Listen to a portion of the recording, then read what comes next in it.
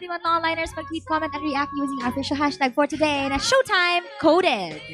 Yun. At syempre, Madlang Onliners, hindi nyo na kailangan makipaghulaan dahil hindi niya tayo muling bibitinin at ready na siya makasama na tayo ngayong tanghali. Fresh from its Showtime stage. Please welcome singer-songwriter Janine Seryoso!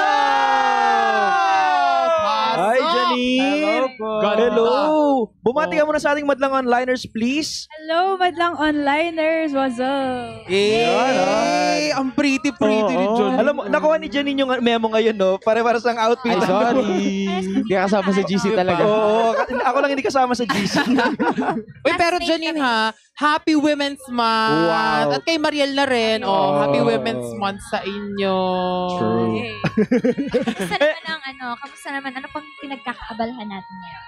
Right now, I think I'm working on an album, pero release ko lang ng bago kong single, which is yung Hulaan and yung Sandig. And yeah, it's out now on Spotify, iTunes, and YouTube if you guys didn't know. I wrote this with Alvin Cerrito from Sunkissed Lola. Siya yung nag-write ng Pasilyo. Ang ganda. Gusto ko lang sabihin sa performance niyo po kanina na ang suwabe. Ang ganda, ang suwabe. Pasahurado ka doon, Jay. At ang score ko sa iyo. Nakaka-relax lang. Opening pala. I want you.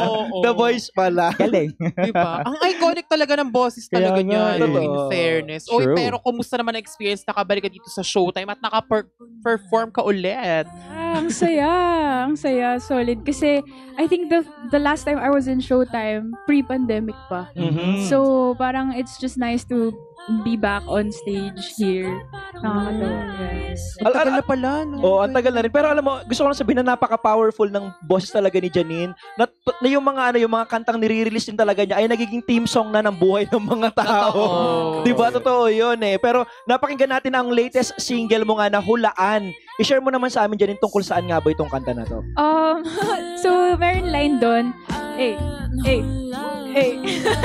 May line doon na, gusto mo lang ba ako sa tuwing ikay nag-iisa? So, experience talaga yun in real life na parang tinatawagan lang talaga ako pagka kailangan ako like at 3 a.m. Tapos biglang hindi ako may message like the next day after or the next week. Basta late siya palagi.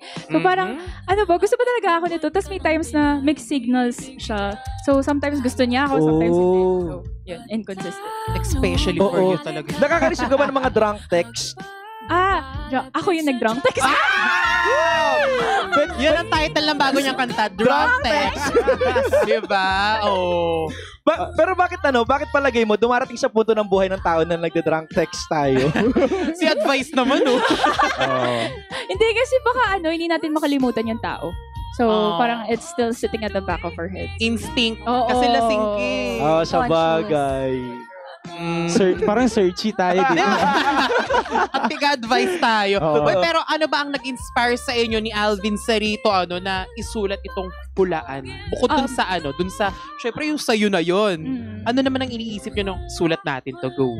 Si Alvin Cerrito kasi naka-collab ko na siya in writing sa Sandig. So parang sabi namin, try natin gumawa ulit ng next project kasi sobrang nag-work kami well together. So for Hulaan, parang there was a point na hindi ko na siya matuloy.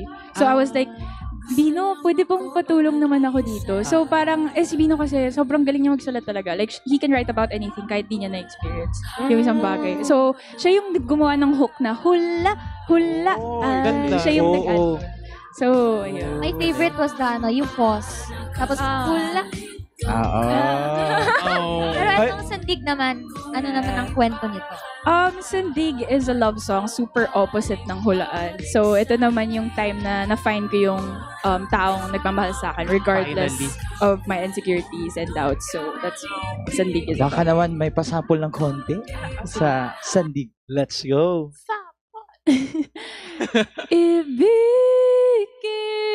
mo akong dahan-dahan, dahan-dahan tayong matuta,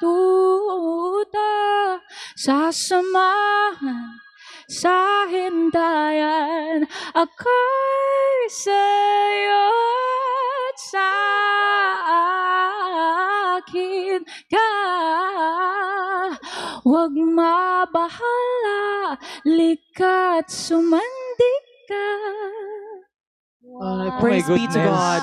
Uy, sakto Parang- yung setup natin. Tulog na tayo. Parang parang ready na akong ma-inlove ulit dahil sa kanta na yon. Parang handa na ako. Parang CD yung boses niya. Grabe. Yun na yun, studio. Oo, di ba live na live tayo? Pero eto, Janina, sa lahat ng mga kantang naikanta mo na, naisulot mo na, saan ka naman pinaka nakarelate? Sa estado ng ano mo ngayon? Ngayon. Oo. Oo. Sa hulaan. Sa hulaan. Oo. Andun ka pa rin sa Akala ko sumandig ka na. Yung next year to. Hala! Hindi Oh, kasi sige. lahat ng lyrics dun sa hulaan, I feel like, kasi sa Sandig, parang it's more of like hoping na makahanap ako ng tao na yun. Yeah. So, hindi pa siya dumarating, pero hopefully, mahanap ko siya. Pero yung hulaan kasi, lahat ng lyrics na sinulat ko dun, talaga nangyari talaga siya sa akin. Like, meron dun lyric na 4 na buwan na kitang pinagbibigyan. So, legit talaga na 4 na buwan. 4 na buwan? So, Shoutout mo nga siya. Hindi, abangan natin sa... Nagigigil ako sa'yo eh. Abangan natin sa especially for you na lang. Pero ito, ano naman ang pakiramdam na nakakapag-produce kayo ng mga awiting talaga ng mga nagiging theme song, no, ng Madlang People? I'm very happy, I'm very grateful na I've been given the gift to share my songs, to write even yung mga stories na nangyari talaga in real life sa buhay ko. And nakakatuwa lang na people can relate to it, especially the young people. And parang it makes them feel less na, alam mo yun, na sila lang yung may pinagdadaanan na ganun. So, yun. I'm just happy. Ganda. Please make more songs. Jen. Oo. Thank you guys. Para sa ating That Madlang means a lot. People. Ayan, syempre, impetihin mo na ang ating Madlang People na pakinggan ang iyong bagong single. Yan, good afternoon. Maraming salamat po ulit. Thank you, by the way. You guys are an amazing people to talk to. And Madlang People, once again, I am Janine, and I hope you guys continue to stream my latest singles, Sandig and Hulaan. And also, out na po yung mga live performances ko sa YouTube channel. You can just search Janine Music PH, and also my social media accounts na Janine Music. And for more upcoming gigs, yun, kita-kits na lang tayo sa social media. Watch Yun, out! Yes. So once again, Madlang Liners, Janine Tenyoso! Thank you so much, Janine. Maraming salamat. Salamat. Oh, ito na nga, Madlang Liners, Karaoke It's Now. Kayong alis na magbabalik pa ang Showtime!